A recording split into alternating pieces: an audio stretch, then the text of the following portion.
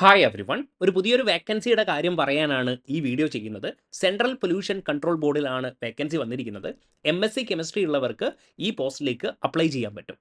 Generally ഞാൻ നോക്കുമ്പോൾ നമ്മുടെ സ്റ്റേറ്റ് ലെവലിലുള്ള PSC എക്സാംസിനെ പറ്റിയൊക്കെ എല്ലാവർക്കും കൃത്യമായ ബോധ്യമുണ്ട്.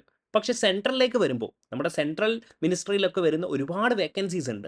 ആ വേക്കൻസീസിനെ പറ്റിയിട്ട് കുറച്ചെങ്കിലും അവയർനെസ് കുറവാണോ എന്ന് എനിക്ക് തോന്നിയിട്ടുണ്ട്. അതുകൊണ്ടാണ് ഞാൻ ഈ വീഡിയോ ചെയ്യുന്നത്. ഇനി എന്തൊക്കെ എക്സാംസ് വരുമ്പോഴും ഞാൻ നിങ്ങളെ എത്രയും പെട്ടെന്ന് തന്നെ അപ്ഡേറ്റ് ചെയ്തേക്കാം. നിങ്ങൾ എന്ത് ചെയ്താൽ മതി, ഈ ചാനൽ ഒന്ന് സബ്സ്ക്രൈബ് ചെയ്താൽ മതി. ഇനി നോക്കിക്കോളൂ, CPCBയിൽ എന്താണ് നമ്മുടെ ജോബ്സ്. ഇവിടെ നിങ്ങൾ ജോബ്സിലേക്ക് വരിക. എന്നിട്ട് ആദ്യത്തെ കാണുന്ന നോട്ടിഫിക്കേഷൻ ഇവിടെ ക്ലിക്ക് ചെയ്യുകയാണെങ്കിൽ നിങ്ങൾക്കിവിടെ നോട്ടിഫിക്കേഷൻ കാണാൻ പറ്റും. ഞാൻ ഓൾറെഡി ഡൗൺലോഡ് ചെയ്തിട്ടുണ്ട്. ഞാൻ നിങ്ങൾക്ക് ഏറ്റവും ഇമ്പോർട്ടൻ്റ് ആയിട്ടുള്ള കാര്യങ്ങൾ പറഞ്ഞു തരാം.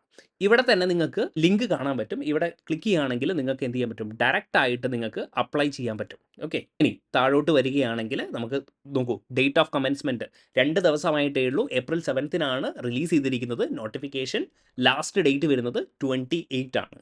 Okay, 28th April. ഇനി ഈ പോസ്റ്റിനാണ് നമുക്ക് അപ്ലൈ ചെയ്യാൻ പറ്റുന്നത്, സയൻറ്റിസ്റ്റ് ബി. ടോട്ടൽ ഓഫ് 22 പോസ്റ്റാണ് അവൈലബിൾ ആയിരിക്കുന്നത്. പക്ഷേ ഇവിടെ ഒരു ചെറിയൊരു പ്രശ്നമുണ്ട്. ആ പ്രശ്നം ഞാൻ ഇപ്പോൾ കാണിച്ചു തരാം. നമ്മുടെ MSc കെമിസ്ട്രിക്കാരെ സംബന്ധിച്ചിടത്തോളം നോക്കിക്കോളൂ, ഇവിടെ എക്സ്പീരിയൻസ് വേണ്ട എന്നുള്ളത് ഒരു കാര്യമാണ്. എന്നിരുന്നാലും മാസ്റ്റേഴ്സ് ഡിഗ്രി ഇൻ കെമിസ്ട്രി ഉള്ളവർക്ക് 3 പോസ്റ്റാണ് ഉള്ളത്.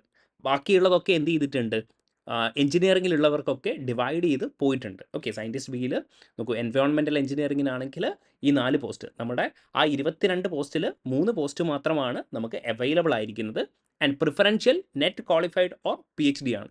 എന്നിരുന്നാലും ഈ കാര്യങ്ങളെ പറ്റിയിട്ട് നിങ്ങൾക്കൊരു അവയർനെസ് ഉണ്ടായിരിക്കണം. ഓക്കെ, ആൻഡ് മോസ്റ്റ് ഇമ്പോർട്ടൻ്റ്ലി നമ്മുടെ എക്സാം ഫീനെ പറ്റി പറയുകയാണെങ്കിൽ നോക്കൂ, 2 hour എക്സാമിനാണെങ്കിൽ 750 + 250 ആയിരിക്കും നമ്മുടെ പേയ്മെൻറ്റ് വരുന്നത്, 1000 ആയിരിക്കും. പക്ഷേ നോക്കിക്കോളൂ, ഇവിടെ വുമൺ കാൻഡിഡേറ്റിന് SC ST ex servicemen and woman are excepted from paying examination fee. അവരെന്ത് ചെയ്താൽ മതി, രജിസ്ട്രേഷൻ ഫീ മാത്രം പേ ചെയ്താൽ മതി.